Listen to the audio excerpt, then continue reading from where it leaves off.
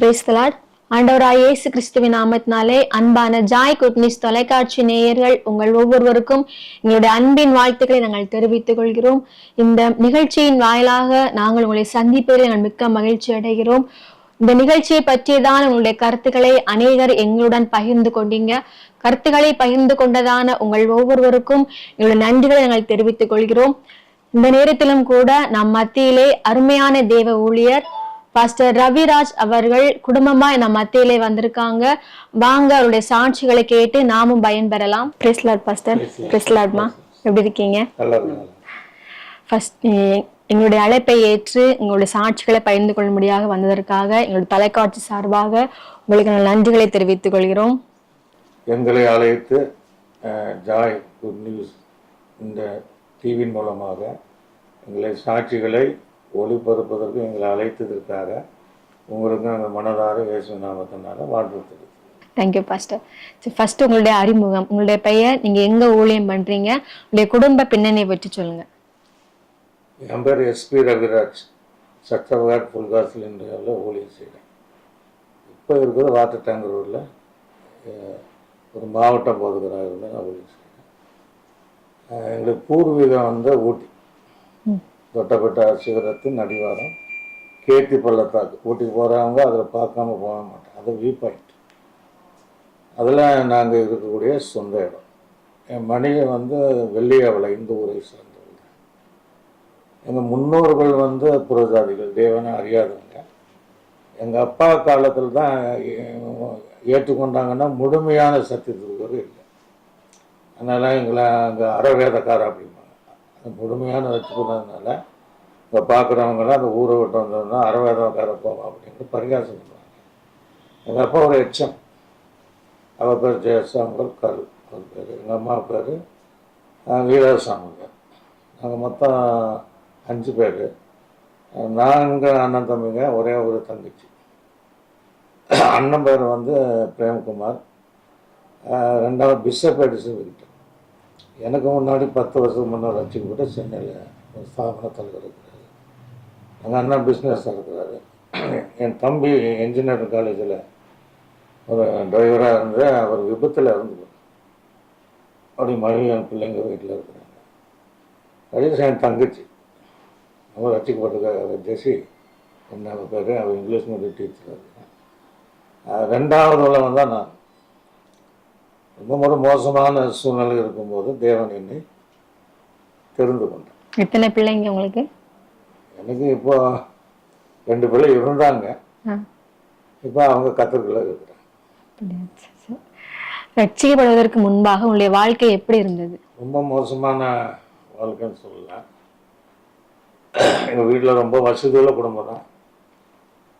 படிக்க வச்சாங்க. அந்த நேரத்தில் இங்கிலீஷ் மீடியம் படிக்கிறது ரொம்ப அரிதான காரியம். எல்லோரும் படிக்க வைக்க முடியாது. படிக்க வச்சாங்க. ஆனால் தேவன் எங்களை ஊழியத்துக்காக அழைத்ததை சத்துரு என்ன செஞ்சுக்கிறேன் தெரிஞ்சதுனால எங்களை எதுலேயும் வளர விடாமல் 9th நான் 3 வருஷம் எல்லாம் BA first year second third இருந்தாங்க. நான் படித்த படிப்பு 9th first year second year third year. இப்போ நான் அந்த நாளில் ஒரு 8வது படிக்கணும் மட்டும் இந்த பாவம் எனக்கு தெரியாது. ஆனால் எங்கள் அப்பா எதர்ச்சியாக ட்ரிங்க்ஸ் பழகினார், சீட்டு விளையாடுவார். அதே சுபாவம் எங்கள் தம்பிக்கும் வந்துச்சு. சென்னை பிஷப்பாக இருக்கிறார் இல்லையா, அந்த ஊரே ரொம்ப பயப்பட, தம்பினா பயப்படுவாங்க, அப்படி தான் இருப்பேன். ஆனால் அவங்க குடிப்பழும்போது எனக்கு அது பிடிக்காது. ஆனால் எங்கள் அப்பாவும் எங்கள் தம்பியும் ஒரே இரவில் ரசிக்கப்பட்டாங்க. அது காரணம் எங்கள் அம்மா தான். எங்கள் அம்மா ரொம்ப பக்தி. அவங்க பேர் வீரசாமிவேல். அவங்களுக்கு அந்த காலத்தில் யூடியூப்பில் ஒரு கேன்சர். அப்போ அன்றைக்கி குன்னூரில் ஜப்ரி ஹாஸ்பிட்டலுன்னு ஜவஹர் சாமுவேல். அப்போ இந்த அளவுக்கு இன்றைக்கி ட்ரீட்மெண்ட்டுக்கு இன்றைக்கி இல்லை. அப்போ அவர் என்ன சொன்னாருன்னா, இது ஆப்ரேஷன் பண்ணாலும் 6 மாதம்தான், ஆப்ரேஷன் பண்ணலைன்னாலும் 6 மாதம் தான் கேரண்டி அப்படின்னா. எங்கள் அப்பா அன்றைக்கி எங்கள் அப்பா செயின் ஸ்மோக்கர், நல்லா தண்ணி அடிப்பார், எல்லாம் மனுஷன் எதிர்பாராத அந்த நல்லா வளர்ந்த பின்னாடி தான் அந்த பழக்கத்தை பழகினார். அப்போ எங்கள் அப்பா என்னென்னா ஒரு மறுபடியும் விசுவாசம், சரி 6 மாதம் தானே வேண்டான்னு. அப்போ அதுக்கு பின்பு என்னென்னா எங்கள் அம்மா வந்து எங்கள் அம்மாவும் இவளும் பெண்டிகாஸ்டருக்கு போக ஆரம்பித்தாங்க. பெண்களாக இருக்கிற ஏசிபி சர்ச்சு. அப்படி போகும்போது எங்கள் அம்மா அன்றைக்கெல்லாம் அடுப்பு வச்சு தான் சமைப்பாங்க. இப்போ தான் கேஸ். நல்ல ஜோமன்றவங்க. இந்த குமரி மாவட்டத்தில் பல சர்ச்சில் வந்து பிரசங்கம் பண்ணியிருக்கிறாங்க. அப்போ அவங்க அம்மா வந்து கேட்டிருக்காங்க, என்ன ஏசுப்பா நான் இப்படிலாம் பண்ணுறாங்க, எனக்கு ஏன் அப்படி அப்படின்னு கேட்கும்போது, 10:3 அதிகாரத்தின் திருப்பு, நீ இந்த சத்தியத்தின்படி வாழலை, ஞானஸ்தானம் எடுக்கிற நீ, ஆக இந்த ஞானஸ்தானம் எடுத்து நான் ஒரு ஜீவனை கொடுக்குறேன் ஆண்டவர் சொன்னதுனால. அப்போ எங்கள் அம்மா என்ன பண்ணியிருக்காங்கன்னா எங்கள் அப்பா கிட்ட அந்த மாதிரி ஞானஸ்தானம், ஏன்னா அப்போ பேர் கிறிஸ்துவத்தில் வைராக்கியம் இருப்பாங்க. அப்போ எங்கள் அப்பா என்ன நினச்சாருன்னா, டாக்டர் 6 மாதம் தான் சொல்லியிருக்கிறாரு, அதனால் சரியா அப்படின்ட்டு.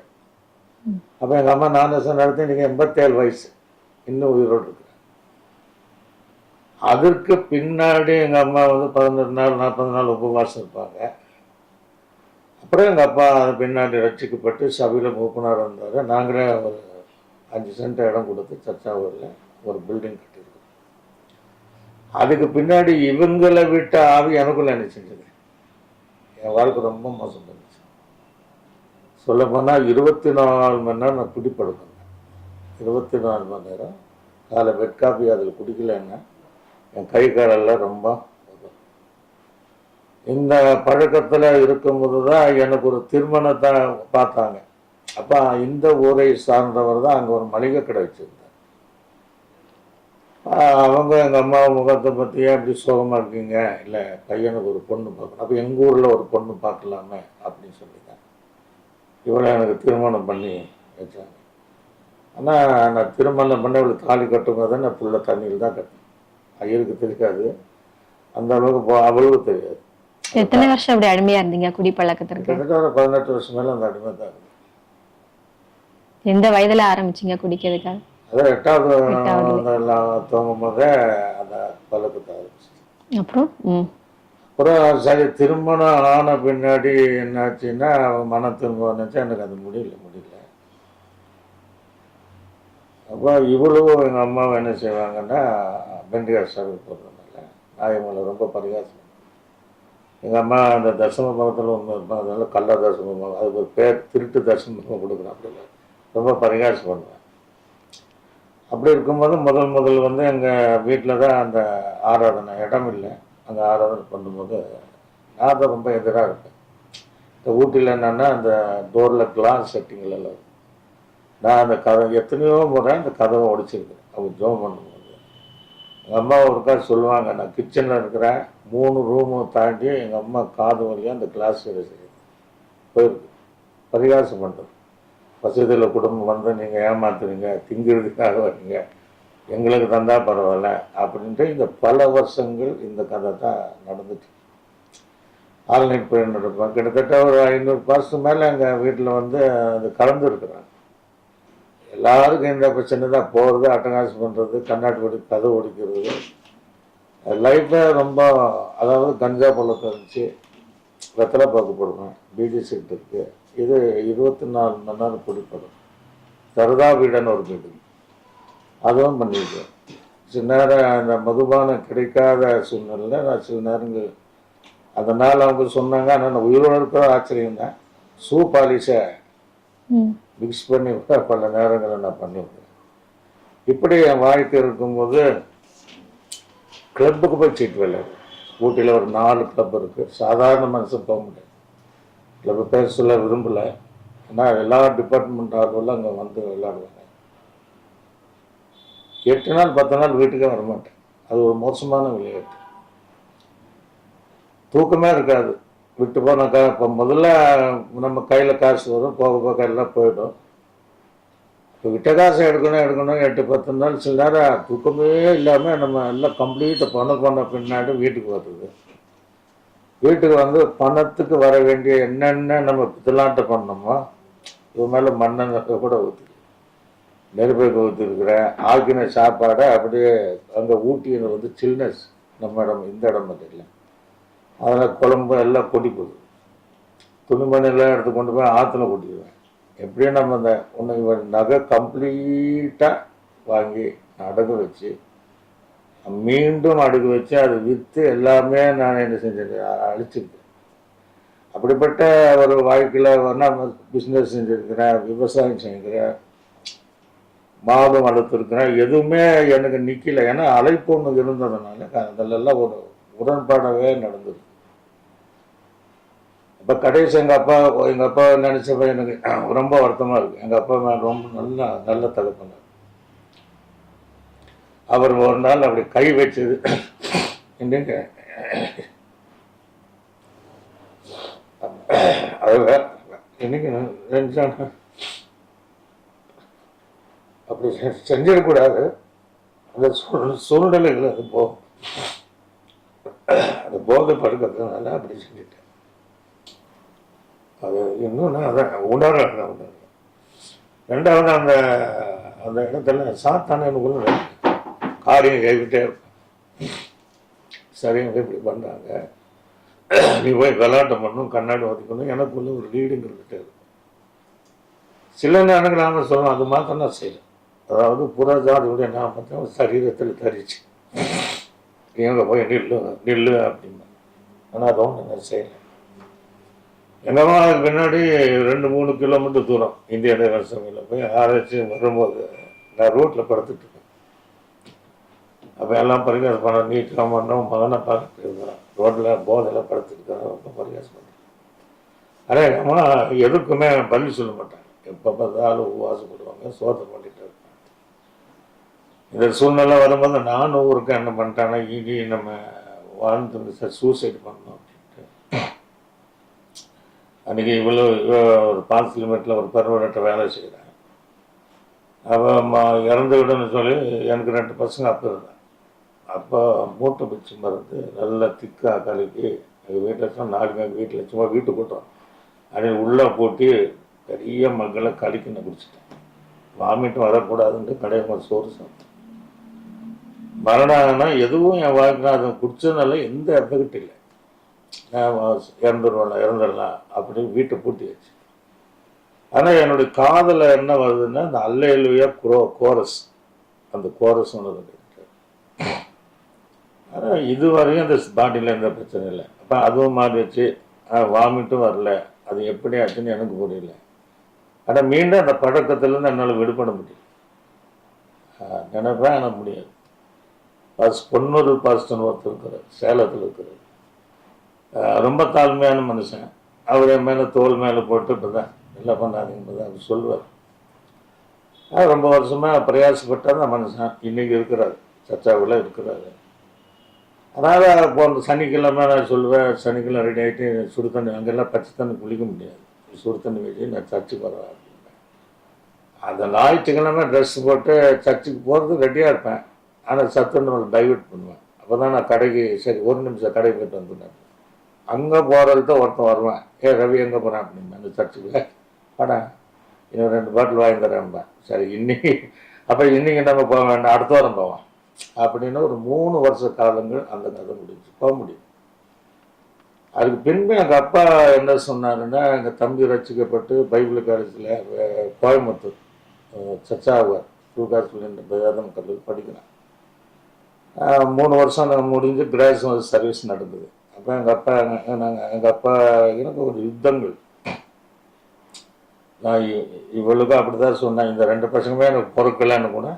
ஏன்னா அந்த பிரச்சனை வரும்போது பணம் வரல வரும்போது அப்படியெல்லாம் நான் செஞ்சுருக்கேன். எங்கள் அப்பாவுக்கு அப்படி சொல்லியிருக்கேன், நான் உங்களுக்கு பொறுக்கவே இல்லை, நீங்கள் அப்பாவே கிடையாதுன்னு. அதை விட்டெல்லாம் பல வருஷங்களை வச்சுருந்தாங்க.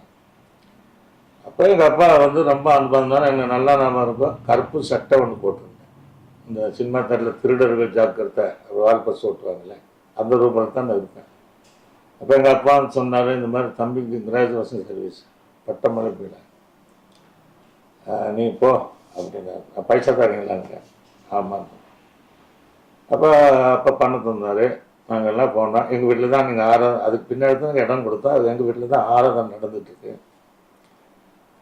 கோயம்புத்தூர் சச்சாவில் வருஷத்தில் எங்கள் ஸ்தாபனம் ஒரு ஜெனரல் கன்வென்ஷன் கொண்டு வைப்பாங்க ஸ்டேட் லெவலில். அப்போ வருஷம் இப்போ 2 வருஷத்துக்கு ஒருத்தங்க வைக்கிறாங்க. அப்போ சாரல் நபரையில் தான் அவங்க இறந்துட்டாங்க, அவங்க தான் ஸ்பீக்கர். அப்போ என் கூட இந்த விசுவாசிங்க யாருமே சேர மாட்டாங்க. இங்கே சர்ச்சு எங்கள் வீட்டில் தான் ஆராதனை நடக்குது, எனக்காக ஜோம் பண்ணவங்க தான் இந்த பாவியெல்லாம் இங்கே வந்திருக்கிறாங்க அப்படிம்பாங்க. ஆனால் என்னை ஒதுக்கமாக தான் உட்காந்துருந்தேன். இப்போ அந்த சூழ்நிலையில் நான் முதல் நாள் வந்து ரூமில் தங்கும்போது எனக்கு தூக்கமே வரல. ஃபஸ்ட் நாள் அந்த ஸ்டேஜுக்கு அந்த எத்தனையோ 1000 பேர் நடுவில் தான் நான் பின்னாடி உட்காந்துருந்தேன். ஏன்னா இவங்க எங்களோட சேரலைன்னா அந்த அளவுக்கு நான் அவங்களுக்கு சொல்லி பிரயோஜனமும் இல்லை, அந்த அளவுக்கு நான் பாவம் செய்தேன். அப்போ அவங்க ஸ்டேஜில் வரும்போது அது மட்டும் எனக்கு தூக்கம் வராது. அந்த ஸ்டேஜில் வரும்போது என் கண்ணு அப்படி கட்டும், தானாக தூக்கம் வரும். அப்போ நான் என்ன நினச்சேன்னா, நம்ம வந்த டயரில் தூக்கம் வரல, அதனால இங்கே தூக்கம் வருது போல் அப்படின்னு தவறாக நினச்சேன். அந்த ரூமில் போனால் தூக்கம் வராது. மீண்டும் மறானால அந்த அம்மா அப்படியே வந்து ஏறி வராங்க, துவக்கிறாங்க, எனக்கு கண்டென்ட் செய்யுது. அப்போ நான் கொஞ்சம் எனக்கு ஆண்டு ஆண்டவரை இப்படி இருங்க, என்னால் எனக்கு விருப்பத்தை தந்துட்டீங்கிற, ஏன்னா நான் தொட மாட்டேன். எனக்கு ஆசை இருக்குது, ஆனால் என்னால் முடியல. இதை நான் சொல்லியிருக்கிறேன். அப்போ அவங்க வந்து அந்த நித்திரை நாவி வரும்போது அன்னைக்கு அவர் கவனிச்சிருக்கிறார். நான் என்னுடைய எச்சே போட்டு 2 கண்டை தொடச்சு அந்த செய்தி கேட்டுகிட்டே இருந்தேன். அப்புறம் அவங்க ப்ராபர்சி கரெக்டாக நான் என்னென்ன செய்கிறேன், எப்படி வாழ்கிறேன், ஜப சர்ச்சுக்கு விரோதமாக என்னென்ன பண்ணேன், எங்கள் அம்மாவை என்ன பண்ணேன், எத்தனை கதவு உடைச்சேன், அது ஹிஸ்ட்ரி சொல்கிறேன்.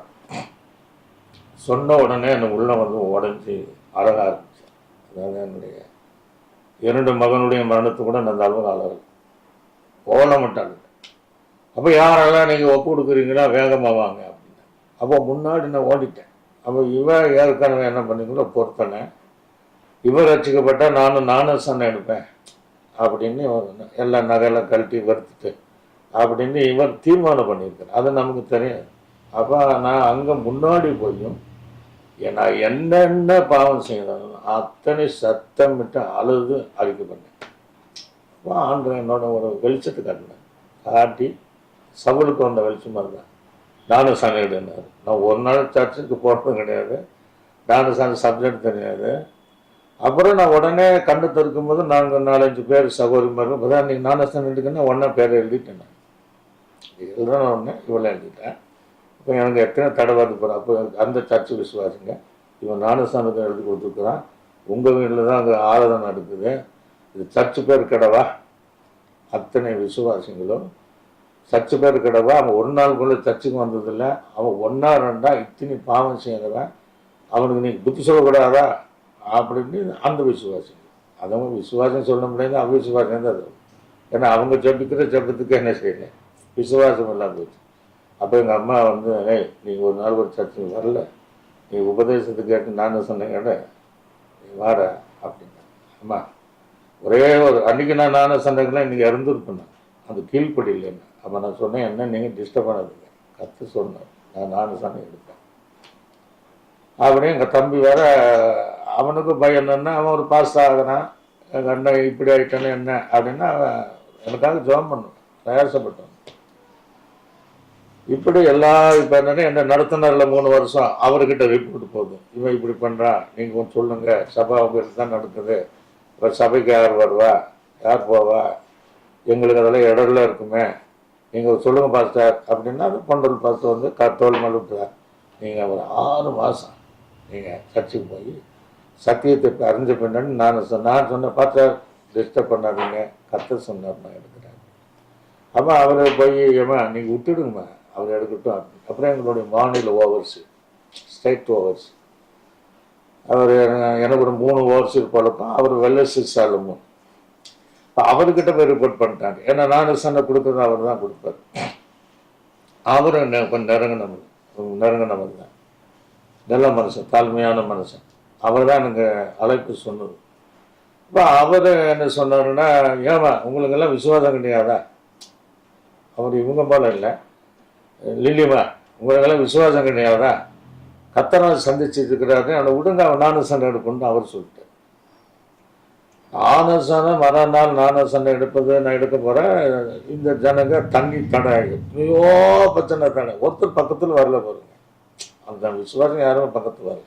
என் நண்பன் ஒருவன், அந்த கீபரன் ஒரு அக்கா பக்கத்தில் வரல. அந்த சூழ்நிலையில் ஞானஸ்தான தொட்டு எனக்கு ஞானஸ்தானம் கொடுத்தது இன்னைக்கு சிவகாசியில் ஒரு பெரிய பாஸ் செல்வராஜ், அவன் பையன் தான் இன்னைக்கு எபினர் செல்வராஜ், இன்னைக்கு இருக்கிற ஓவர்ஸ் இருக்கிறார். அப்போ அந்த அந்த ஒப்பு கொடுத்த அறிக்கை பண்ண நாள் முதல் அந்த நிமிஷம் வரையும் எந்த பாவம் எனக்கு வரல. அதோட போச்சு, அதோட முடிஞ்சு. அந்த நினைவே வரல, பாடி நடந்துச்சு. அந்த ஞானஸ்தானம் சத்திரன் அழைக்கிறது பார்த்தேன். அவர் ஜாம் பண்ணி அதோட என்னுடைய ஞானஸ்தானம் எடுத்த பின்னாடி நான் ஊருக்கு போன உடனே இவங்கெல்லாம் எப்போ உளுந்து போவான்னு தான் நிறைய பேர் சொன்னாங்க. எப்போ உளுந்து போவான், ஏன்னா அவ்வளோ பாவம் செஞ்சு இவன் எப்படி நிற்பான். நேற்று மட்டும் நீ வந்து குடிச்சிட்டு இன்னைக்கு தோத்தர பண்ணிட்டு வர ரொம்ப கிண்டல் பண்ணுவான்.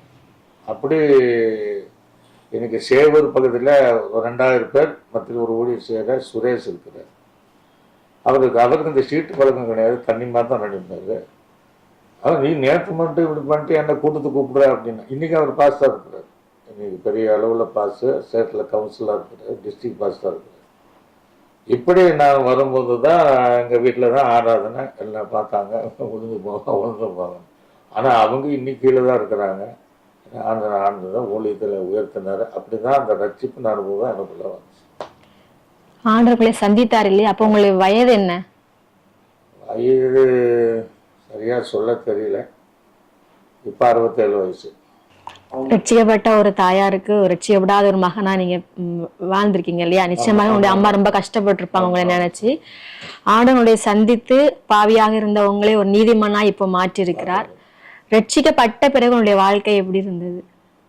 தேவன் வந்து நான் ரொம்ப தெக்குவேன், ரொம்ப உணர்வேன், பைபிள் எழுத்துக்குள்ள ரொம்ப இருக்கும். அப்போ ஊழியத்துக்கு அழைக்கிறார். நான் பாஸ்ட் கூட தான் இருப்பேன். என்னுடைய ரவிக்குமார், என் பேரை ஒருத்தர் ரவிக்குமார், அவர் கூட தான் 24 மணி நேரம் இருப்பேன். அப்போ ஊழியத்துக்கு அழைக்கிறாரு. அப்போ நான் நினச்சேன்னா 2 பசங்க ஆச்சு, இன்னும் வேதாம் கலர் படித்து நம்ம ஒன்று செய்யணும். அதுக்குள்ளே நம்ம ஆத்மா ஆதாயம் பண்ணணும்னு இந்த பைபிளை நான் அப்படி, ஏன்னா 18 வருஷம் ஆச்சு இது படித்து, எல்லாம் பிளாக்காகவே தெரிஞ்சிச்சு, ஒன்றுமே எனக்கு தெரியல. அப்போ நான் ஜெபம் பண்ண ஆண்டவரேன் எனக்கு அப்பா அப்படின்னு நினச்சி அந்த ஆர்வம். ஒரு டைம் எனக்கு பைபிள் படித்து எனக்கு கண்ணு குருடான பிரச்சனை இருக்குது அப்படின்னு கையில் வச்சு அப்படி ஜெபம் பண்ணோன்னா பைபிள் எனக்கு தெரிஞ்சது. அப்போ தான் பார்த்தா வாசித்தேன். ஆனால் 6 மாதத்துக்குள்ளே பைபிளை முடிச்சிட்டேன். ஆனால் இன்றைக்கும் ஆண்டு திரும்பினால அந்த கண் பார்வை அவரால் இன்ன வரையும் இருக்குது. அப்போ ஊழியத்தை அழைக்கும் போது இப்படி அப்போ எங்களுடைய முன்னாள் ஓவர்சி வெள்ளிசாலின் வந்து அவரை வந்து ஊழியத்துக்கு ஆண்டவங்களை அழைக்கிறாருன்னு முதல் சொன்னேன். 2வது எங்களுக்கு டாடி அப்படி பாலன்னா தான் அவர் தான், நாங்கள் டாடின்னு சத்தா உலக அவரும் இறந்துட்டார். அவரும் ஊழியத்துக்கு அழைத்தார். அப்புறம் ஆரம்பத்தில் எஸ்ஏகே பிரான்சிஸ், இந்த பெராக் கம்யூனிஸ்ட், இந்த அனுபவத்துக்குள்ளே அந்த சீட்டு கிடச்சிது. கோத்தையில் எடுத்துனாங்க. எனக்கு அதில் பற்றி ஒன்றுமே அனுபவம் இல்லை. அதை உள்ளே போனோன்னே எனக்கு தன்னை அபிஷேகப்படுத்தினார். அவர் மூலமாக அந்த அழைப்பு வந்தது. நெல்லை ஜெபராஜன் மூலமாக அழைப்பு வந்துச்சு. அப்போ 1 வருஷமே நான் சர்ச்சுக்குள்ளே இருந்துட்டேன். அன்று வித்தியாசமாக பாட தெரியாது, ஒன்றும் ஜெபம் பண்ண தெரியாது. ஆனால் அதெல்லாம் 1 மாதத்துக்குள்ளாக என்னுடைய கற்றுக் கொடுத்தேன். அப்போ நம்ம இப்படியெல்லாம் இருந்தால் பைபிள் 9th வேற 3 வருஷம் நம்ம டிசைன் பண்ணுறோம். இப்படி எடுக்கணும்னா அப்போ எங்களை அந்த ஓவர்சீர் என்ன சொன்னார்னா, நீங்கள் வந்து வேதம் பள்ளி படிக்கணும்னாரு. அப்போ எங்கள் சில தாட்ஸ் பசங்க நாங்கள் பைபிள் படிக்கும்போது சில தாட்ஸ் எங்களுக்கு வரும். அப்போ எங்கள் பாஸ்டர் சொல், பாஸ்டர் நான் இந்த வசனத்தில் எப்படி சொன்னேன். அப்போ அவர் அண்ணன் ரவினா, உங்களுக்கு இப்போ மூளை அழைப்பு இருக்கு, அதனால நீங்கள் ஆண்டவர் கிருபை தந்துருக்கிறாரு, நீங்கள் வேதாம் கல்வி படிக்கணும் அப்படின்னு அவனை என்கரேஜ் பண்ணேன். கடைசி ஒரு நாள் 1 வருஷம் இந்த அனுபவ விசுவாச பாதைக்குள்ளே இருந்தேன். அப்புறம் 1 வருஷம் ஆகும்போது நான் முடிவு பண்ணேன், இத்தனை பாவங்களை வெறுப்பதற்கான உதவி செஞ்சாருன்னா, ஏன்னா பைபிளுக்காக படிப்பதற்கு தேவனை என்ன செய்வார், கிருபை செய்வார், அந்த ஞானம் தருவார், அந்த தாளந்து தருவாருன்ட்டு ஒரே தீர்மானம் என்னென்னா 3 வருஷம் படிக்காமல் மனைவி பிள்ளைய பார்க்க வரக்கூடாது. அப்படி தீர்மானம் பண்ணி தான் வேதாங்கல்னு போனேன். அவர் 2வது எனக்கு ஜி நானதாஸ் எஜுகேஷன் டைரக்டராக இருந்தார். அவர் 12 வருஷம் ஓவர் சேர எங்கள் காலத்தில் இருந்தார். அவரும் நல்ல மனுஷன், அந்த ஸ்ட்ரைட் ஃபார்வர்டு. நான் தப்பாக படிக்கும்போது என்னை எடுக்கிறதுக்கு யோசனை பண்ணார். ஆனால் நல்ல மனுஷன், என்னை குடும்பமாக நேசிக்கிறோம். அப்புறம் இந்த ஓவர் சேர் அங்கே இருக்கிறார் இல்லையா, இன்டர்வியூவில் அவர் இருப்பாங்க இல்லையா, ஐயா அவர் எடுங்க அப்படின்ட்டு. இப்போ எடுத்தோன்னா அன்றைக்கெல்லாம் வந்து முழங்கால் பீரியட் தான் சப்ஜெக்ட் எழுதணும். இன்றைக்கி ஜெராக்ஸ் காப்பி கொடுப்பாங்க, புக்காக கொடுப்பாங்க. அப்போ எனக்கு எழுத தெரியாது, எழுதுக்குள்ளே வரும். கம்பல்சரி 70-80 மார்க் வாங்கணும்னு சொன்னேன். அப்போ எப்படியோ எழுதுனேன், ஆண்டுக்கு இருப்பேன். அவர் சேப்பல் இருக்கும் ஆண்டவரை. நான் வந்து திருமணம் பண்ணுவேன். மற்ற ஸ்டூடெண்ட்ஸ் இன்னொரு பிரதர் இருந்தார் துராட்டேன்னு, அவர் திருமணம் கூட படித்தார், நல்ல நண்பன். அப்படி நான் ஜோம் பண்ணுவேன். ஆண்டு நடந்து கொடுத்தேன் 70-80, சில சப்ஜெக்டில் 100 மார்க் வாங்கக்கூடிய எங்களுடைய தமிழ்நாடு பைபிள்கள் என்னென்னா பெருமைக்காக இல்லை, எத்தனையோ வேதம் இருந்தாலும் ஒன்றும் இல்லாதவனை உருவாக்குற இடம் தான் அந்த இடம். அது ஒன்றே இல்லை. வெறும் இரும்பை கொண்டு போனால் ஷார்ப்பாக ஒரு கருவியாக பயன்படுது போல் அதில் விசேஷ ஒரு அபிஷேகத்தை என்னால் புரிஞ்சு முடிஞ்சிச்சு. அப்போ அந்த ஞானதாஸ் பீரியடில் தான் அந்த அவர் இருந்தார். அவரும் நான் ஓவர் இருந்தார். லேபர் சபைக்கு நல்ல எல்லா விதத்திலும் உண்மை உள்ளவராய், பண விஷயமானாலும் சாட்சி நல்ல பிரசங்க பண்ணுவார். அவர் கூட நான் 12 வருஷம் பயணம் செய்தேன். கடைசி இன்னும் அவரை நேசிக்கிறேன், நான் அவரை நேசிக்கிறேன். அவருடைய காலத்துலேயும் அந்த எஜுகேஷன் டைரக்டர் பண்ணி அவர் என்ன பண்ணாருன்னா என்னை கூப்பிட்டார். ஐயா ஐயான்னு தான் கூப்பிடுவாங்க. ஐயா நீங்கள் என்ன செய்கிறீங்க? இல்லைப்பா சார் நான் முடிச்சுட்டு தான். இல்லை நீங்கள் குடும்பத்தினா இருக்கீங்க, நீங்கள் மாதத்துக்கு ஒருக்கா வெள்ளிக்கிழமை சாயங்காலம் போயிட்டு வாங்க சொன்னேன். அப்புறம் நான் போனேன். நான் போகும்போது எங்கள் வீட்டில் தான் நம்ம ஆராதனை நடக்குது. பலிபடி நான் உட்காந்துருக்குறேன். மக்களை என்ன சிரிக்கிறாங்கன்னா போனால் வந்துட்டான் பார்த்தீங்கன்னா பின்வாங்கி வந்துட்டான் அப்படின்னு தான் அவங்க நினச்சாங்க. அப்போ அன்றைக்கி அவசரத்தில் நான் என்ன பண்ணிட்டேன்னா எங்கள் பாஸ்டர் நான் இன்னும் கொஞ்சம் அப்படி கேட்கக்கூடாது. அதுக்கு பின்னாடி சத்தியத்தை அறிஞ்சு கொண்டேன். ஏன்னா அவர் உயர்த்து வருவது பலத்த கரத்திற்குள்ள அப்படின்னு நம்ம எல்லாமே ஆசைப்படக்கூடாது. ஏன்னா அன்றைக்கி ஒரு வாஞ்சல்னு கேட்டேன். அவருக்கு ரொம்ப சந்தோஷம். ஏன்னா தெற்கு பேசுவேன்னு. அப்போ அவர் என்னென்னா ரவிராஜ் அண்ணா இன்றைக்கி பிரசங்கம் பண்ணுவார். இந்த மக்களுக்கு ஒரு ஆச்சரியம். அப்போ அந்த 4 திமிர்வாதனுக்கான திமிர்வாதனுக்கு 4 பேர் கூட்டம் அந்த சப்ஜெக்டு ஒரு 15 நிமிஷம் தான், டைப் ரைட்டிங் மாதிரி. யாருக்கு புரியுதோ இல்லையா பிரசங்கம் பண்ணிட்டு அன்னிலேருந்து அந்த கேட்குற பழக்கத்தை வைக்கிறது. அப்போ அவர் சொன்னார், பைபிள் காலத்தில் இவ்வளோ சீக்கிரம் போய் இவ்வளோ பிரசங்கம் பண்ணுறது நம்ம அண்ணனை தவிர வேறு யாரும் இல்லை அப்படின்னு பேசுவாங்க. அப்படியே அந்த அந்த ஞானதாஸ் பாஸ்டர் பேரில் நல்ல அந்த உதவினால் உலக படிப்பில் ஒரே ஸ்கூலில் 3 வருஷம். ஆனால் பைபிள் காலேஜ் என்ன பண்ணேன், டபுள் பர்மிஷன் வச்சுட்டேன். ஃபஸ்ட் இயர்லேருந்து 3rd இயர். ஆனால் செகண்ட் செமஸ்டர் 2 செமஸ்டர் எக்ஸாம் எழுதணும். 3rd இயரில் அவர் உடனே நான் அவரை கூப்பிட்டு நீங்கள் 3rd இயர் போயிருங்க எக்ஸாம் எழுதுறீங்க அப்படின்னு சொல்லி தான். அப்படி அவர் காலத்தில் அதை படித்து முடிப்பதற்கு அங்கே தான் எனக்கு எல்லாம் தாளம் தந்தேன். கவர்மெண்ட் எப்படி அப்படின்னு எல்லாருக்கும் கேட்பேன். சரி நான் பேப்பரில் எடுத்துருவேன். அப்புறம் யோசனை பண்ணேன், இனி நம்மளே வாயை திறந்துடணும் அப்படின்னு ஒரு நாள் திறந்து அன்னிலிருந்து ஜம் பண்ண ஆரம்பித்தேன். பாட தெரியாது, அந்த பாடம் யாரும் சேர்க்க மாட்டாங்க. அப்போ வேதாம் கல்லூரியில் நான் முன்னேறி செல்லும் ஒவ்வொரு பாதி எண்ணேசன் நடந்து ஒவ்வொரு அடியை பாடி பாடக்கூடிய கிருபையை தந்து பைபிள் காலத்துலேயே அந்த பாடோட குரூப்பில் போட்டாங்க. இந்த ஒரு 3 கேசட்டை வெளியிட்டேன் பார்க்கறதுக்கு. அப்போ எல்லாமே அந்த பைபிள் காலேஜில் என்னை உருவாக்கி என்ன செஞ்சாங்கன்னா அந்த அது ஒரு விசேஷ ஒரு அபிஷேகம். அதுக்கு பின்னாடி எஜுகேஷன் டானியல் அப்படி அவர் எஜுகேஷன்லாம் இருந்தார். டானியல் அப்படின்ட்டு அவர் இயக்குனராக. அவரும் எனக்கு குடும்பத்தில் ஒருவராக நல்லா இருந்தாங்க. இப்போ இருக்கிறது ஜாகி ரொம்ப இளம் வயதில் ரொம்ப சிறப்பாக கொண்டு போகிறார். அதனால் யாராவது கேட்கிற அவர்கள் நான் என்ன எனக்கு ஒரு ரெக்வஸ்ட் என்னென்னா, உங்கள் பிள்ளைகளை பைபிள் சேர்த்தணுன்னா எல்லாம் நல்லாலும் சொல்ல போகிறது இல்லை, எங்கள் வேதாம்களை சேர்த்தீங்க என்ன போல உங்கள் பிள்ளைகளை மாற்றுவாருன்னு நான் சொல்லிடுவேன். 3 வருஷம் பைபிள் காலேஜ் படிச்சிருக்கீங்க இல்லையா? சரி, அம்மா கிட்ட பேசலாம் நீ. சரிம்மா, திருமணம் என்பது ஒவ்வொரு பெண்களுடைய வாழ்க்கை ரொம்ப ஒரு முக்கியமான ஒரு பகுதி இல்லையா? அநேக பெண்கள் ஒரு கனவுகளோடு தான் நிச்சயமா வருவாங்க. நீங்களும் ஒரு கனவோடு தான் வந்திருப்பீங்க. திருமணம் நடந்த பிறகு நீங்க என்னென்ன பிரச்சனைகளை சந்திச்சீங்க, அதை பற்றி சொல்லுங்க. கர்த்தருடைய பரிசுநாமத்துக்கு ஸ்தோத்திரம். நல்ல கர்த்தர் என்ன கிருபையா வைத்திருக்கிறதே பெரிய காரியம். நான் திருமணம் ஆன டைம்ல அங்க போன புது இடம் ஆனாலும் நான் முதல்ல எங்க வாழ்க்கையில் நினைச்சது ஒரு இறை பக்தி உள்ள குடும்பத்துல கர்த்தரனை சேர்க்கணும்னு நான் ஜெபம் பண்ணிட்டு இருந்தேன். இறை பக்தின்னு என்னன்னு தெரியாது. ஆனா என் வாழ்க்கையில் ஆர்சி ஃபேமிலியில இருந்து நான் ரசிக்கப்பட்டது. எங்க அக்கா இன்னும் ஒரு கன்னியாஸ்திரியா இருக்கிறாங்க. எங்க ஃபேமிலியில 24 பேர்கிட்ட உண்டு கன்னியாஸ்திரிங்க. அப்புறம் சாமியார் 2 பேர் தான் அப்போ. இப்ப அப்படி இருக்குல்ல. நீ இப்ப எங்க அக்கா கன்னியாஸ்திரியா இருக்கு, மதுரையில இருக்கிறாங்க இப்போ. ஆனா அந்த நாள்ல திருமணம் ஆகி போன டைம்ல எனக்கு என்னன்னா, சரி ஒரு புது இடம் ஆனதுனால பேசுறதுக்கு ரொம்ப இது இருக்காது, அப்படி ரொம்ப இதா இருந்தேன். ஆனாலும் எங்க வீட்டுல மாமனார் ரொம்ப அன்பா இருப்பாங்க. எல்லாரும் எல்லாரும் வீட்டுல ஃபேமிலியில உள்ளவங்க எல்லாருமே நல்லா அன்பா ஐக்கியமா இருப்பாங்க. அந்த நிலைமையிலையும் நான் இவங்க ரொம்ப குடிச்சிட்டு ரொம்ப இது பண்ணும்போது ரொம்ப கஷ்டமா இருக்கும். ஆனா மாமா நீ அவங்க வீட்டுக்குள்ள வரும்போது குடிச்சிட்டு அடிச்சுட்டா அப்புறம் நான் தான் ஸ்டேஷன் நிக்கணும், அதனால நீ எப்ப பார்த்தாலும் குடிச்சிட்டு வந்துட்டாங்கன்னா வீட்டை விட்டு வெளியே வந்துடணும், அடி வாங்குற மாதிரி இருக்கக்கூடாது அப்படின்னு சொல்லுவாங்க. நான் இப்ப எப்படியும் அட்ஜஸ்ட் பண்ணி ரொம்ப இது பண்ணுவேன். முடியாத டைம்ல வெளியே அந்த குளிர் டைம்ல வெளியே வந்துருவேன். வந்துட்டு பண்ணிட்டு அப்புறம் மாமா இங்க தூங்குறாங்களா என்னன்னு பார்த்து லைட் ஆஃப் பண்ணாதான் மேல எங்க வீட்டுல மாமா வீட்டுல லைட் ஆஃப் பண்ணுவாங்க. ஏன்னா இங்க என்ன நடக்குது ஏது நடக்குதுன்னு திருப்பி வந்து பார்த்துட்டு தான் அவங்களுக்கு இது பண்ணுவாங்க. அப்படிப்பட்ட சூழ்நிலை இருந்துச்சு. அது கடைசியில 7 வருஷம் உபத்திரவமா குடிச்சு வரிச்சு அப்படி இருந்தாங்க. அடுத்து எனக்கு பான்ஸ் இந்தியா லிமிடெட்ல காளான் ஃபேக்டரியில நான் வேலை பார்த்தேன். வேலை பார்த்துட்டு இது பண்ணிட்டு இருந்தேன். லாஸ்ட்ல இவங்க பைபிள் காலேஜ் போகணும்னு சொன்னோன்னா 90 போகணும்னு சொன்னோன்னா என்ன பண்ணிட்டாங்கன்னா, எனக்கு வேலைக்கும் போகணும் வீட்லயும் இது பண்ணணும். அப்ப என்ன பண்றது சரிட்டு சரி வேலைக்கு போகலாம் அப்படின்னு நான் வேலைக்கு போயிட்டேன். மாமா அதுக்கு அவங்க 2 பிள்ளைகளையும் அவங்க பார்த்துக்குவாங்க. அப்படி இருந்துச்சு. அது ஞானஸ்நானம் எடுக்கும்போது என்ன ஆயிடுச்சுன்னா, நான் ஞானஸ்நானம் எடுத்துட்டு இங்க வீட்டுக்கு வரும்போது நாங்க சாப்பாடெல்லாம் செய்யணும்னு பண்ணும்போது மூத்த பையன் பட்டம் விட்டுட்டு இருந்தான்.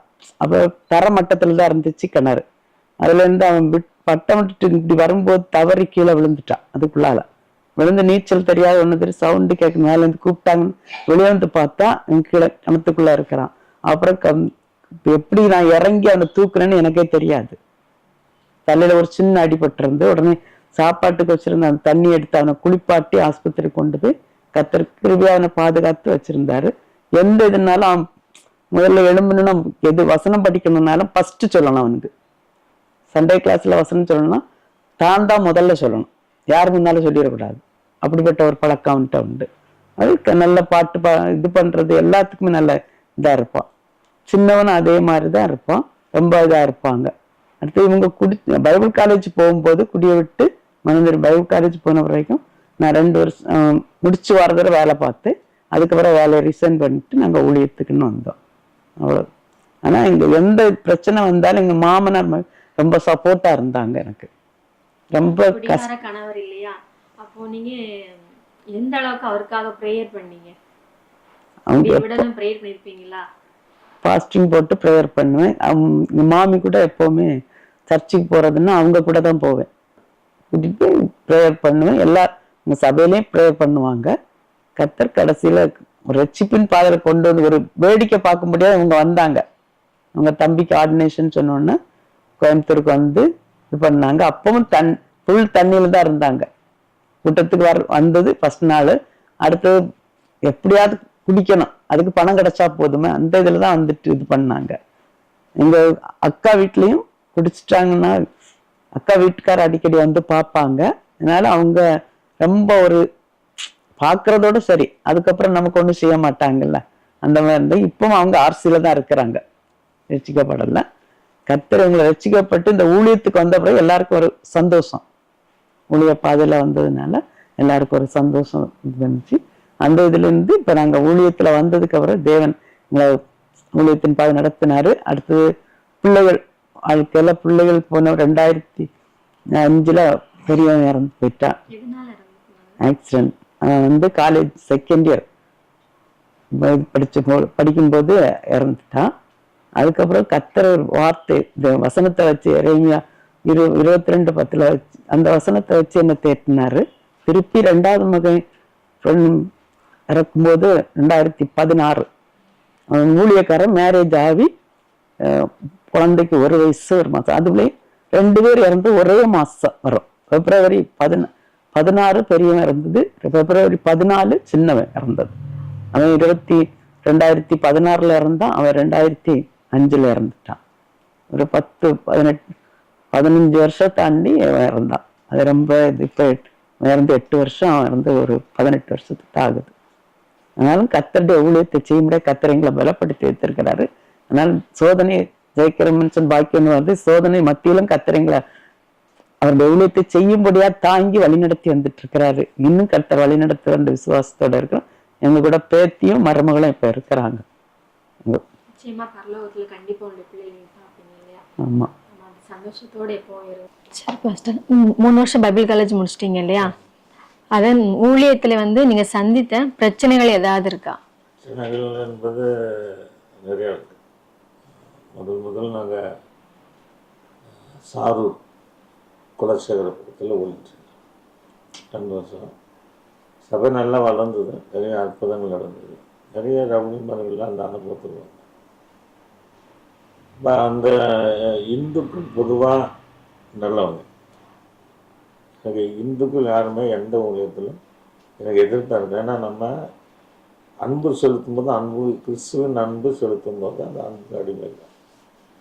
நான் இருக்கிற இடம் வந்து அன்றைக்கி சொல்லுவாங்க ஆர்எஸ் இருக்கக்கூடிய கொள்வேல் பகுதி. ஆனால் இன்றைக்கி எல்லா வீட்டுக்கும் என்னை ஏற்றுக்குவாங்க. அது நம்ம கிறிஸ்துவின் அன்பை பாருங்க. அதெல்லாம் சில ரட்சிக்கப்பட்டிருக்காங்க. நான் இப்போ இன்னும் ஏழாலுமே ரட்சிக்க போய் வெளியே வேறு சபைக்கு போகிறேன். அப்போ அந்த சபை வளருகிற நேரத்தில் என்னென்னா ஒரு பொய்யான ஒரு வதந்தி அப்படின்னா புறஜாதிகளுடைய கோடை ஒரு ஐக்கியம் பண்ணிட்டாரு, சேர்ந்துட்டாரு. தீவிரவாத இயக்கத்தோடு சேர்ந்து அங்கே அவங்க வணங்குற ஒரு சிலையை கொண்டு வந்து சர்ச்சில் வைக்க போகிறாரு, ஒரு பொருளை எழுதிட்டாங்க. அது ரொம்ப எனக்கு கஷ்டமாச்சு. ஏன்னா நான் வந்து பெரிய ரவுடித்தனமாக வந்து ரசிக்கப்படுறேன். அப்போ நான் யோசித்தேன், இது அந்தி கிறிஸ்துக்களோ இதுதான் சொல்லப்படுகிறது அப்படி யோசிக்கிறேன். எல்லாருக்கும் இயல்பாக வரப்போ ஆண்டு சொன்னார், இத்தனை உபதேசம் நீ இப்போ பார்க்குறது வேற, இன்னும் நீ நிறைய பார்க்கணும், உன்னை ஆயத்தமாக்கி சொல்ல. சரி, அது ரொம்ப வருத்தமாக இருந்துச்சு. இப்படி எல்லாம் இப்போ இயேசு கிறிஸ்துக்காக போய் சொல்லியிருக்கிறாங்கன்ட்டு அந்த சபையிலேருந்து எனக்கு மூங்கலடி ஒரு கிராமம் களக்காடு, சின்ன வீடு, ஒரே 2 ரூம் உள்ள வீடு தான். ஒரு 7 பேர் இருக்காங்க. அந்த சச்சாவில் ட்ரான்ஸ்ஃபர் நான் போனேன். அங்கே அந்த ஜனங்க ரொம்ப நல்ல ஜனங்க தான், நல்ல ஜனங்க. அப்போ ஒரு இடம் வாங்கினோம், சர்ச்சு 40 அடி சர்ச்சு, மிஷின் வீடு கட்டணும். ஒரு இன்னொரு இடமும் என் பேரில் எழுதுறதுக்கு பிரயாசப்பட்டேன். ஒரு 3 நாள் பிரயாசப்பட்டாங்க. அது வந்து அது ஒரு பிலிவர் ஐபிஎஸ் சார்ந்தவர், இன்னொரு பிலிவர் வந்து சிபிஎம் சர்ச்சு சார்ந்தவர். 2 பேரும் என்ன தேடி, நீங்கள் நல்லா ஊழியம் செய்றீங்க, தமிழ்நாட்டுங்க தான் இருங்க, நாங்கள் ஒரு 7 சென்ட் உட்கார எழுதுகிறோம், நாங்கள் 2 மாடி கட்டணத்தை வந்துடுறோம். நான் வேண்டாம், நான் இருக்கிற வீட்டில் என்னால் இருக்க முடியல, அதனால தேவ சபைக்குன்னு எழுதுருங்கன்ட்டு எழுதி ரிஜிஸ்டர் பண்ணி கொடுத்துட்டேன். அந்த இடத்துல இப்போ சியோன் நகர் என்கிற ஒரு சபை இருக்குது. அங்கே ஒரு பிரச்சனை, நல்லா விசுவாசிங்க,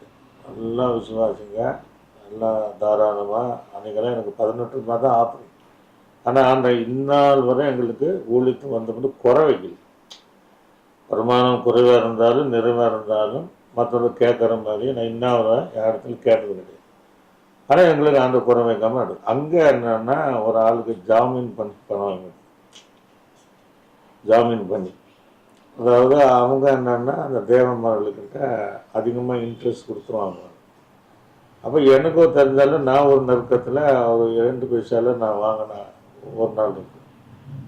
அப்போ இந்த ஜனங்கள் எவ்வளோ கஷ்டப்படுறாங்களே, ஏன் நமக்கு தெரிஞ்சால நம்ம வாங்கி கொடுக்கலாமான்னா, அப்போ அவர் சொல்லிவிட்டு அவர் வேண்டான்னு வந்துட்டேன். நான் ரிஸ்க் பிடிச்சிடாரு, நான் பாசா நாங்கள் எவ்வளோ கஷ்டப்பட்டு பாவம் பார்க்குறேன். அப்போ அதில் ஒரு 12 பண்ண கடைசி ஏமாலை போட்டாங்க. வாங்கி கூட நல்லா இருந்தாங்க. அது ரொம்ப எனக்கு வருத்தம் தான், ரொம்ப வருத்தம். அன்றைக்கி தீர்மானம் பண்ணேன், இனி இந்த ஜாமீன் யாருக்குமே வாங்கி கொடுக்கக்கூடாது. அது எனக்கு ரொம்ப பேடனாக இருந்துச்சு. ஒன்றும் வாங்குறது தப்பு இல்லையா, அப்பவுமே வேண்டான்றதுலாம் இல்லையா, வாங்கி எல்லாம் அனுபவித்த பின்னாடி ஒரு குற்றம் சாட்டுறது தப்பு. அப்போ அது எனக்கு ரொம்ப, அது இன்னும் அந்த பேர் என் மேலே இருக்கு. ஆனால் கத்தருக்கு தெரியும் நம்ம சைடில் என்ன இருக்கு அப்படின்ட்டு. அது ரொம்ப அந்த கஷ்டமாக இருந்துச்சு. அதை வச்சு சிலர் என்ன செய்வாங்க, நம்ம வளர்ச்சிக்கு எதிராக சிலர் அது ஒன்றும் வேண்டாச்சு. இன்னும் ஒரு இடம் ஒரு பேர் சொல்ல வரும்ல, முன்னோரு செய்யும்போது எனக்கு 2 பசங்க, அரசாங்கத்துக்கு தெரியும், கத்தருக்கு தெரியும், எல்லாருக்கும் தெரியும். அங்கே என்ன சொல்லிட்டாங்கன்னா, பாசுக்கு இன்னொரு புள்ள இருந்துச்சு, வாலிப புள்ள. அந்த வாலிபுள்ள கருப்பாக இருந்துச்சு. அது திருமணம் ஆனதுனால பாசு வீட்டில் என்ன செய்யலை, சேர்க்கல. 2 பிள்ளைகள் இருந்துச்சுன்னா அது வந்து நல்லா தானே இருக்கும். அப்போ நான் ஞாயிற்றுக்கிழமை அது ரொம்ப கஷ்டமாச்சு. இப்படி சொல்லியிருக்கிறாங்க, தயவு செஞ்சு எங்கே கூட்டம் விடுங்க. இப்போ 2 பிள்ளைங்கள் வேறு இல்லை. இப்படி இதெல்லாம் வந்து என்னென்னா உள்ளூர் பிரச்சனைம்பாங்க. இதெல்லாம் ரசிக்கப்பட்டு தனக்கு செய்கிறாங்க. ரொம்ப அதாவது வெளி ஜனங்கள் நம்ம மூங்கிலி சர்ச்சு கட்டும்போது ஒரு பிஜேபி மெம்பர் தான் எனக்கு லைசன்ஸ் வாங்கி கொடுத்தாரு. அப்போ எந்த அளவுக்கு நம்ம அங்கே இருந்திருப்போம். அதுக்கு நாங்கள் அழிஞ்சோம். அந்த பஞ்சாயத்து படி போகும்போது அழிஞ்சோன்னு அது முடியவே முடியுதான்னு. அப்போ ஒரு நாள் அவர் பேர் சங்கரலிங்கம், எனக்கு நல்ல பேர் சங்கரபாண்டி அவர் பேர்.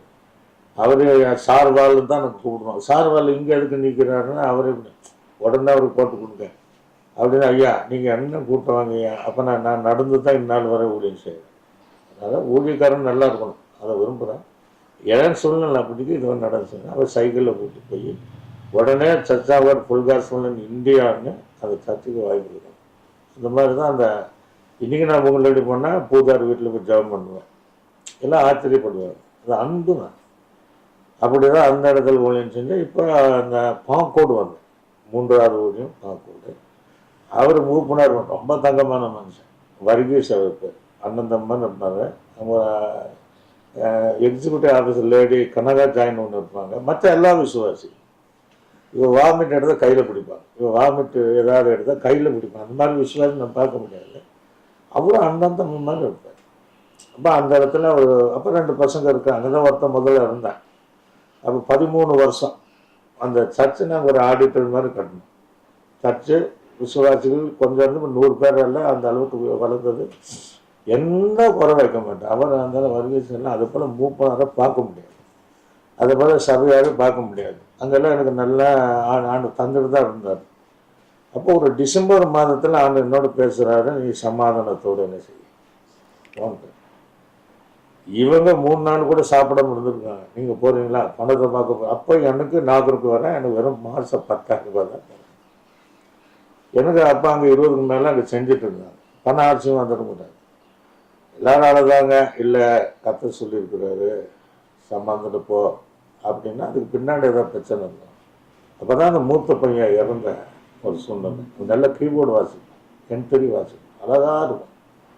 அவர் பல நேரங்களில் அவனை பார்க்கும்போது என்கிட்ட அவனை நான் எடுப்பேன் அப்படின்பார். அப்படியே என்கிட்ட பேசுவார், எடுப்பேன் அப்படின்பார். நான் இவர்கிட்ட சொல்லியிருக்கிறாரு. அது அவனுக்கும் தெரியும், இவளுக்கு தெரியும். எங்கள் சபையில் ஒரு தரிசனம் தான் கொடுத்துருக்குறாரு. அப்போ ஒரு ப்ரோக்ராம் போகும்போது தான் அவன் கீபோர்டு ப்ரோக்ராம் போகும்போது தான் அவன் இறந்து போனேன். அப்போ அதுக்கு பின்னாடி அங்கே இருந்து சொல்லி நான் அந்த டிரான்ஸ்ஃபர் ஆகி இங்கே வந்தேன். தேவ திருவண்ணால இங்கே இருக்கிறவங்க ரொம்ப 2 பேர் அப்படி இருந்தாலும் மிச்செல்லாம் நமக்கு தோல் கொடுப்பாங்க. ரொம்ப அன்பாக இருப்பாங்க, நல்லா ஜெபம் பண்ணுவாங்க. இப்போ கமிட்டி இருக்குது, தரிசனம் உள்ள கமிட்டி இருக்கிற கமிட்டி. ரொம்ப தரிசனம் நம்ம ஒன்றும் சொல்ல, இது இப்போ நம்ம யூடியூப் இப்போ செய்கிறதெல்லாம் அவங்க தான் செய்கிறாங்க. நல்லா ஜெபம் பண்ணுவாங்க, கூடமானவரே உண்மையாக இருப்பாங்க. இப்போ இங்கே வந்து 12 வருஷமாக இருக்கிறேன். பெரிய போடலான்னு நான் பிரயாசப்பட்டுருக்கிறேன். மியூச்சுவல் அண்டர் டிரான்ஸ்ஃபர் தான் நடந்திருக்கு. அப்போ சொல்லாமல் போயிடணும் அப்படின்னா அது என்னுடைய விருப்பத்தை தான் பிரயாசப்பட்டேன் தவிர கர்த்தருடைய சித்தம் அது இல்லை. நான் ஆசைப்பட்டாலும் போக முடியல, சிலர் ஆசைப்பட்டாலும் முடியல. எனக்கு வழக்கு ஒன்று நடக்குது இந்த பேசுறது. இதெல்லாம் முடித்து சமாதானமாக எங்கள் சொந்த ஊருக்கு போகணுன்னு தான் என்னுடைய 100% ஆசை. ஆனால் அங்கேயும் போக முடியாத சூழ்நிலை அந்த தடை பண்ணுறது. அப்போ தேவன் வைக்கிற காலங்கள் வரையும் உண்மையாக ஊழியம் செய்யணும் அப்படிங்கிற. 2வது நான் ஓவர்சீஸ் சொன்னாலே நான் ஒரு முறை இந்த டெத்துக்கு அவர் வந்திருந்தார். ஏன்னா அந்த விபத்து இங்கே கால் பண்ணது தான் நடந்தது. நானும் என் மகனும் 2வது பெஞ்சமின் கர்லர், மூத்தவன் எபினேசர் கர்லர். இவங்க 2 பேர் பற்றி இன்னொரு சின்ன காரியம் சொல்லுவேன். அதாவது இவர் பிரெக்னெண்ட்டாக இருக்கும்போது 3 மாதம் ப்ளீடிங் துண்டாகும். அப்போ அந்த ஊர் மக்கள் என்ன சொல்லுவாங்கன்னா, நீ அபாசனை பண்ணுங்க, இல்லைன்னா குழந்தை ஊனமாக இருக்கும். அப்போ இவன் அந்த விசுவாசத்தில் இருந்துருக்கிறேன். நான் அந்த அளவுக்கு இல்லை. அப்போ இதை என்ன பண்ணியிருக்குன்னா, முதல் பையனுக்கு ஆண்டவரே இந்த பையன் குறையெல்லாம் பிறக்கணும், இவனுக்கு எபினேசர் என்று பேர் வைப்பேன். அது ஆனா பொண்ணான்னு இவளுக்கு தெரியாது. ஆனால் அவன் விசுவாசத்தின்படி ஆம்பளை பிள்ளை தான் பிறந்தேன். அவனுக்கு எபினேசர் கருள்ராஜ் என்பது ஃபேமிலி நேம். 2வது பையனுக்கு அந்த 3 மாதம் சொல்லிட்டு அப்படி தாங்க. அப்போ இவனுக்கு நான் பெஞ்சமின் என்று பேர், எனக்கு அவன் பேர் வச்சிருக்கிறான். அப்போ நாங்கள் பெஞ்சமின் கருள்ராஜ்னு பேரை வச்சேன். இப்போ அவனும் நானும் அவன் திருமணம் விரிகோட்லேருந்து ஒரு பொண்ணு எடுத்தேன், நல்ல பொண்ணு, இன்னும் வர உங்களை விட்டு போக மாட்டேன்னு இருக்கிறேன். அப்போ எனக்கு ஊர் பண்ணாங்க அப்படி யோசித்தானே இது வரைக்கும் வச்சுருக்கிறேன். ப்ளஸ் ஸ்காட்டில் 3 வருஷம் படிப்பு வச்சுருக்கிறேன். அப்போ கோல்டு மெடல் எல்லாம் வாங்கினேன். கம்ப்யூட்டர் படிச்சிருக்கிறேன், டைப்ரைட் படிச்சிருக்கிறேன். இப்போ பேத்தி 5th படிக்கிறேன். அங்கே இந்த கேஸ் ஒரு பிரச்சனை இருக்குது. அடுத்தது எங்களுக்கு ஒரு ஓவர்சியர், ஒரு யங்கு, அவர் வந்து எபினேர் செல்வராஜ். அவர் ரொம்ப புடமிட்டு தான் வந்தார். இப்போ நல்ல சர்ச்சையோட அவர் வந்த காலத்தில் எல்லா ஃபீல்டில் நல்லா பண்ணுறாரு. எனக்கு அவர் செய்கிறது பிடிக்கும், சிலர் பிடிக்காம இருக்கும். அது பிரச்சனையில் அவர் நல்லா கொண்டு போய் என்ன வந்து ஒரு தகப்பனை போல் என்ன செய்கிறார், நேசிக்கிறார். தேவ சபையில் இப்போ இருக்கிற ஓவர்சீரோட நான் அவரும் எல்லா ஓவர்சீரோட 3 ஓவர்சீரோட நான் என்னுடைய பயணம் இருந்திருக்கு. அவங்க எல்லாம் நல்லா செஞ்சுருக்காங்க. இவரும் நல்லா என்ன செய்கிறார், தேவ கிருபையினால நல்லா கொண்டு போவார். அந்த ஓவர்சீர் 2வது ஓவர்சீர்கிட்ட சொன்னேன், இந்த மாதிரி பாச நான் இன்னும் ஊருக்கு போய் ஊழியம் செய்கிறேன். அப்போ நான் ஸ்டேட்டில் கவுன்சிலாக இருந்தேன். அப்போ 7 பேர் தான் தேர்ந்தெடுப்பாங்க. அதில் அப்போ நான் ரிசைன் பண்ணுறேன். நான் டிஸ்ட்ரிக்ட் பாஸ் ரிசைன் பண்ணுறேன். நான் ஊருக்கு போயிட்டேன் பாஸ். அப்போ அவர் எனக்கு ஒரு ஆலோசனை கொடுத்தார். எனக்கு ஒரு சின்ன குழந்தை இறந்து போச்சு, நான் விசுவாசம் நிற்கிறேன், நீங்கள் பலன் இருக்க மட்டும் நீங்கள் ஆண்டு போடுங்க. அந்த வார்த்தை எனக்கு பலப்படுச்சு. ஏன்னா அப்போ என்னுடைய இந்த இங்கே எனக்கு ஒரு 18 கையில் இருக்குது. இந்த சர்ச்சனை எல்லாம் கவனிச்சிங்கன்னா இந்த கையில் இருக்குது, இந்த சதை, இந்த சோல்டர் நேரம் தூக்கி இருக்கு. அப்போ அந்த சூழ்நிலையில் எனக்கு ஊழியம் செய்ய முடியாத சூழ்நிலை கட்டியிருக்கேன். அப்போ ஒரு நாள் மூத்த பையனுக்கு என்ன பண்ணால் நானே ஆர்டர் நடத்தினேன். எல்லாம் ஆச்சரியப்பட்டேன். சரி, நான் எனக்கு என்னென்னா நம்ம பிரசங்கம் பண்ணுறோம். February 11ஆம் அதிகாரத்தில் அவர்கள் வந்து தங்கள் பிள்ளைகளை மேன்மையான ஒழுத்தில் விரும்பி சாதாரண ஒழுத்தில் விரும்ப அவங்க அடக்கம் பண்ணாங்க. பிரசங்கம் பண்ணுறோம். அப்போ நமக்கும் ஒன்று வந்தால் நம்ம என்ன செய்கிறோம், சோர்ந்து போகக்கூடாது.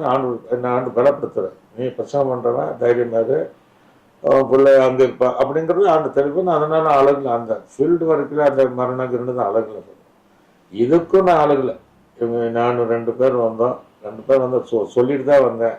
ஏன்னா அந்த உள்ளுக்குள்ளே இருக்கிற போதே அந்த 2 பிள்ளை இவர் ஜபத்து கேட்டு கொடுக்குறாருன்னா இவங்க எடுத்துக்கிறது ஒரு நோக்கம் இருக்குது. அதை நான் ஃபீல் பண்ணுவேன். வீட்டில் வரும்போது சொன்னேன், அவனுக்கும் தெரியும். அவன் மனைவி சொல்கிறேன், நான் இப்படி இருக்கு, எங்கள் அப்பா கிட்ட சொல்லாதேன்னு. அவளும் சொல்லியிருக்கு, அவளுக்கும் தெரியும். இவளுக்கும் தரிசனம், எனக்கு தரிசனம். நான் சொல்லிட்டேன். அன்றைக்கி நான் வெளியே போகும்போது நான் எனக்கு ரத்த சிந்த போகிறத சொல்லிட்டு தான் போனேன். ஆனால் 5 நிமிஷத்தில் எனக்கு நடந்து போச்சு. நான் பஸ்ஸு கட்டியில் அவன் பஸ்ஸுக்கு வெளியே நான் தான் இருந்திருக்கணும். ஆனால் என்ன காத்தான், அவனை கத்துற எடுத்து நல்லா பாடுவான். அவன் பாட்டை கட்டி 2-3 குடும்பம்லாம் வந்தாங்க சர்ச்சுக்குள்ள. அப்படி இந்த ஊழியங்களை இப்போ 12 வருஷம் ஆச்சு. அந்த கேஸ் முடிஞ்சோடனே ஒரு சமாதானமாக போனோம் அப்படிங்கிறத ஒரு என்னுடைய எண்ணங்கள் வச்சேன். ஆனால் அது தேவ சித்தம் இல்லாமல் இருக்கிறதுனால தான் இப்போ தேவ சித்தம். ஏன்னா இப்போ இருக்கிற கமிட்டிகள் எல்லாம் சபைக்காரங்க ரொம்ப நல்லா பண்ணிட்டு இருக்கிறாங்க. இப்போ அவங்க அந்த சூழ்நிலை தான். இப்போ ஒரு வேளை நம்ம வெளியே பிறந்த கூட இந்த வாய்ப்பு எனக்கு கிடைச்சிருக்கு. அப்போ இதுவும் தேவ சித்தம். இப்போ அவங்க யூடியூப்லேயே அது செய்தி போயிட்டுருக்கு. என்னுடைய ஞாயிற்றுக்கிழமை செய்தியெல்லாம் போயிட்டுருக்கு. ஆக இந்த ஓவர்சீர் கூட நான் பயணம் செய்யணும். எந்த ஓவர்சீர் கூட கடைசி வரை இருந்தது போல் இந்த ஓவர்சீர் கூட செமினார் செல்வது கூட கடைசி வரை இருக்கணுங்கிற என்னோட தீர்மானம். என்னோட தனிப்பட்ட ஆவிக்குரிய தன்மையில் இருக்கணுங்கிற உணர்வோடு தான் இந்த நாள் வரை அவனுடைய ஊழியத்தை நடந்த. ஆனால் எந்த ஊழியத்தையும் தவறு மிஸ்டேக் பண்ண நடந்தாலும் அந்தந்த ஊழியத்தை அந்த நேரத்தில் சரியாக செய்வதற்கு அண்ணன் விழுந்தது. தொடர்ந்து நான் செய்வேன். இன்னும் அதிகமாக செய்யணும்னு எங்களுக்குள்ள விருப்பம். நிச்சயமா ஆண்டவருடைய வாழ்க்கையில என்ன செஞ்சாலும் எல்லாம் நன்மைக்காகவே தான் செய்வார் இல்லையா? நிச்சயமா. உங்களுக்கும் ஆண்டவருக்கும் உள்ள ஐக்கியம் எப்படி இருக்கிறது? உங்களுடைய ஜப நேரம் எப்படி இருக்கிறது? எவ்வளவு நேரம் அவரோடு கூட நீங்க செலவிடுறீங்க? வந்து இந்த முன்ன ஆரம்ப காலங்களில் வந்து அதிகமாக ஜபம் பண்ணலாம். அதிகமாக நான் பைபிளோடு தான் பொதுவாக இருப்பேன். கூடுமான வரை அது அவளுக்கும் தெரியும். ஜபமாக இருந்தேன். ஆனால் ஆரம்பத்தில் வந்து நான் இந்த பாக்கோடு சபையில் சர்ச்சுக்குள்ளேயே முழங்கால் நடப்பேன். அப்போ பிளட்டெல்லாம் வரும். அப்போ எங்கள் தம்பியெல்லாம் பார்ப்பான், என்னண்ணா அப்படின்னா. அவன் என்ன பார்த்து பயிராண்டான். சின்ன விஷயம் சோர்ந்து போவாங்க, என்னென்ன இப்படி பண்ணாங்க. அப்படியே அந்த ஜபம் பண்ணுவேன். அப்போ இங்கேயும் நான் முழங்கால் ஜபம் குறைந்தபட்சம் இந்த விபத்து ஆன பின்னாடி முடங்கால் பண்ண முடியாது, இதில் டயரெல்லாம் ஏறணும் கால். அப்போ எங்களுடைய சச்சாவில் பாளையங்கோட்டில் ஒரு 12 மணி நேரம் ஜபம் நடக்குது. இப்போ அங்கே நடத்தக்கூடிய என்ன சொல்கிறாங்க, இங்கே சாப்பிட வரல, உட்கார வரல, சும்மா வரல, வேடிக்கை முழங்காடு போய்ட்டு நம்ம வேதனை அவருக்கு தெரியுமா? தெரியாது. அப்போ பார்த்தேன், சரி ஆண்டவரே இன்றைக்கி நான் முழங்கால் பண்ணுறேன், என்ன ஆனாலும் பரவாயில்லன்னு அன்றைக்கி முழங்கால் பண்ணுறேன். வழி எடுத்துச்சு 1 hour நின்று சொன்னவர் எந்திரிச்சிட்டாரு.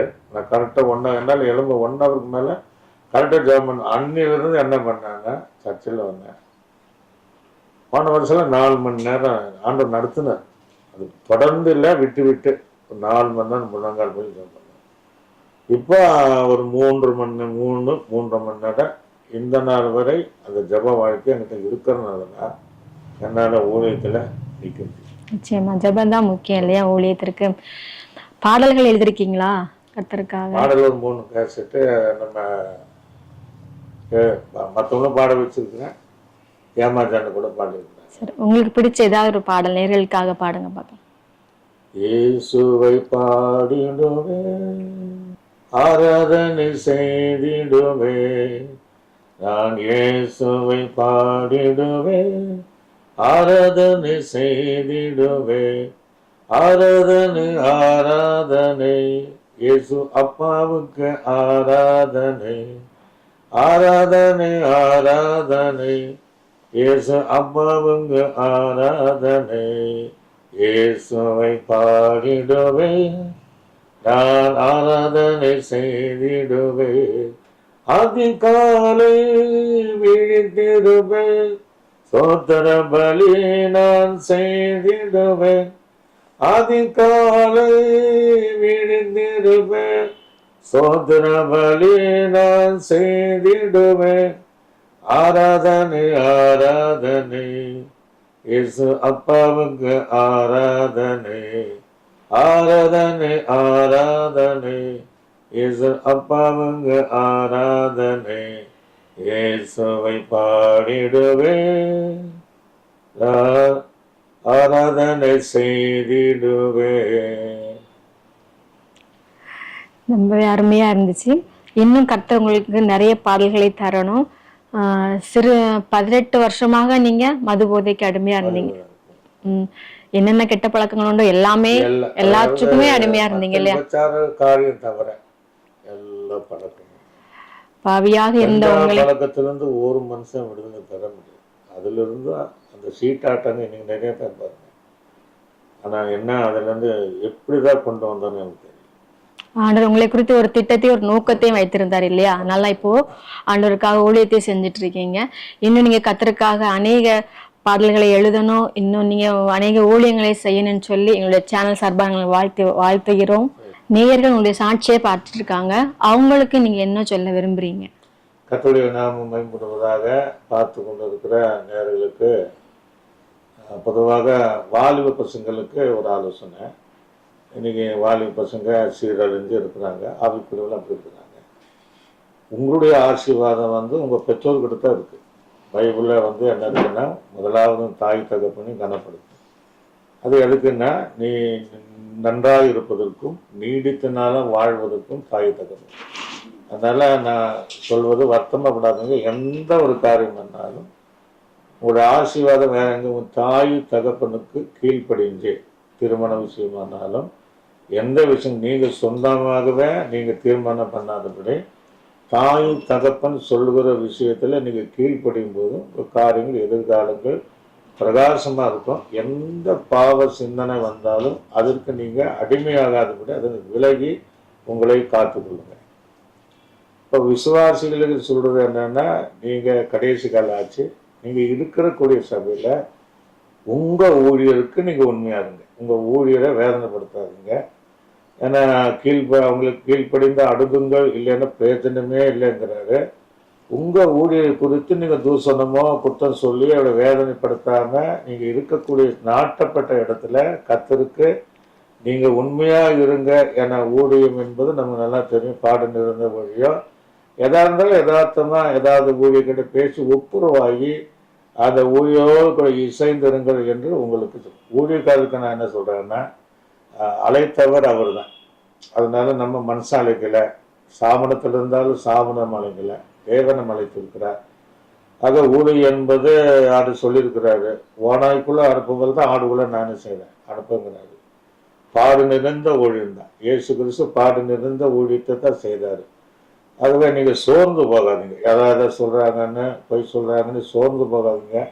கர்த்தர் உங்களோடு இருக்கிறார். உங்களுக்கு இருக்கிற காலங்கள் வரை நீங்கள் கர்த்தருக்கு ஊழியம் அவருக்கு செய்யுங்க. கர்த்தர் ஒரு காலம் வெட்கப்படுத்த மாட்டார். ஏதாவது உங்களுக்கு சோறுபட்டிருந்தா, ஏதாவது காயப்படுத்திருந்தா அதெல்லாம் நீங்கள் பார்த்து கவலைப்படாமல் இருக்கிற இடத்துல கர்த்தருக்கு உண்மையாக, மனுஷனுக்கெல்லாம் உண்மையான ஊழியம் செய்யும்படி இந்த நேரத்தில் உங்களுக்கு நான் கேட்டுக்கிறேன். சின்ன ப்ரேயர் பண்ணுங்க. எல்லா ஆண்டவரே நன்றி செலுத்துகிறோம். இந்த அந்த காலை நேரத்து பகல் நேரத்துக்காய் சோத்துற இம்மட்டுமாக ஆண்டவரே நாங்கள் சாட்சியை பகிர்ந்து கொள்வதும் அவளோடு கூட எங்கள் அனுபவத்தில் நாங்கள் பேசி கொள்வதற்கு கிருபை செய்திருக்கிறேன். இதை கேட்கிற அநேக வாலிப உள்ளங்களில் இருக்கிற எங்களை போல எத்தனையோ பாவத்துக்கு அடிமைப்பட்டு இருக்கிற அந்த வாலிப பிள்ளைகள் இதை கேட்கும்போது அவங்களுக்குள்ள மாற்றம் வந்து எங்களை போல அவங்களையும் மாற்றி நாங்கள் இருக்கக்கூடிய ஸ்தானத்திற்கு மேலாக அவரை இருக்க செய்கிற தேவனுக்கு நன்றி செலுத்துகிறோம். அதே போல ஆண்டவரே எங்களை போல ஜெபித்து அந்த ஜெபத்தை விட்டிருக்கிற தேவ பிள்ளைகள் தொடர்ந்து ஜெபித்து அந்த கணவனுக்காகவோ மகனுக்காகவோ அந்த ஜெபிக்கிற அந்த தேவ பிள்ளைகள் தொடர்ந்து எங்கள் அம்மா ஜெபித்ததை போல அவர்கள் ஜெபித்து அந்த காரியத்தில் ஜெயம் பெற்றுக்கொள்கிற வரையும் அவர்கள் ஜெபத்தை விடாதபடி ஜெபிக்க உதவி கூடுமானவரை ஊழியக்காரர்களுக்கு எதிராகவோ ஊழியக்கார குற்றச்சாட்டுவோ குறை சொல்லவோ அதுவரை இல்லாதபடி அவர்கள் தெய்வ பக்தியோடு காரணப்பட நீர் உதவி ஊழியக்காரர்களுக்காக ஜெபிக்கிறோம். எவ்வளவாய் பாடுகள் நடுவிலும் உபத்திரத்தின் நடுவிலும் ஊழியர் செய்கிறார்கள் என்பது உமக்கு தெரியும். நீர் தான் அவளை அழைத்திருக்கிறேன், நீர் தான் கனப்படுத்திருக்கிறேன். யாருக்கு பிடிக்கலையோ இல்லையோ உங்களுடைய யூகியத்துக்கு ஏற்றவர்கள் அவள் இருக்கிற இடங்களில் எதை கண்டும் அவர்களை அஞ்சாதபடி கவலைப்படாதபடி கடைசி வரையும் அந்த வருகை வரையும் அவளுக்கு ஊழியங்களை செய்வதற்கு தேவன் உதவி செய்வதாக. ஆண்டவரே இந்த நாள் இந்த ஜாய் ஆண்டவரே குடும்பத்தின் மூலமாக கேட்கிற எல்லா இடங்களிலும் ஆண்டவரே கர்த்தருடைய மகிமை வெளிப்பட்டு அங்கு இருக்கிற அந்தகார இருளின் கிரியைகள் அழிக்கப்பட்ட எல்லா இடங்களிலும் வெளிச்சம் உண்டாவதாக என்று நாங்கள் ஜெபிக்கிறோம். இந்த இவர்கள் செய்கிற இந்த ஊழியம் இன்னும் எல்லைகளை பெரிதாக்கணும். அநேகர் எங்களை போல வரணும். ஏற்கனவே வந்திருந்தாலும் அநேக வரும். எங்களை பேட்டிக்கொண்ட எங்களை பங்கு கொண்ட அத்தனை பேரையும் ஆசீர்வதிப்பிற சித்தமான வருகளை காணப்பட உதவி செய்வீர்கள். இயேசுவின் நாமத்தில் ஜெபிக்க நல்ல பிதாவே, ஆமென். Thank you pastor. சோர்ந்து போகாம இன்னும் கர்த்தருக்காக அநேக ஊழியங்களை செய்யுங்க. கர்த்தர் அதற்கான பலன் நிச்சயமா உங்களுக்கு தரணும். எங்களுடைய அழைப்பை ஏற்று இங்கு வந்து உங்களுடைய சாட்சியை பகிர்ந்து கொண்டீங்க. எங்களுடைய ஜாய் குட்னிஸ் தொலைக்காட்சியின் சார்பாக உங்களுக்கு நன்றிகள் தெரிவித்துக் கொள்கிறோம். உங்களுக்கும் நாங்கள் நன்றிகள் தெரிவிக்கிறோம். இதெல்லாம் நாங்கள் நினைக்கல, ஆனால் அவர் எங்களை கூப்பிட்டாரு. அதுக்கு நன்றி சொல்லி எங்களுக்காக நீங்கள் ஜெபம் பண்ணுங்க, நாங்கள் உங்களுக்காக ஜெபம் பண்ணுறோம். தேங்க்யூ. நேயர்களே, இவ்வளவு நேரமாய் அருமையான ஒரு சாட்சியை நீங்க கேட்டீங்க. இந்த மாதிரி அனுபவங்கள், சாட்சிகள் உங்களுடைய வாழ்க்கையிலும் இருந்தால் எங்களை தொடர்பு கொள்ளுங்கள். மற்றும் இந்த நிகழ்ச்சியை பற்றி மற்றவர்களுக்கும் ஷேர் பண்ணுங்க. அவர்களுடைய ஆவிக்குரிய வாழ்க்கைக்கும் நிச்சயமா இது பிரயோஜனமா இருக்கும். இன்னும் அடுத்த ஒரு நிகழ்ச்சியிலே நாங்கள் குடும்பமாய் உங்களை சந்திக்கிறோம். நன்றி, வணக்கம்.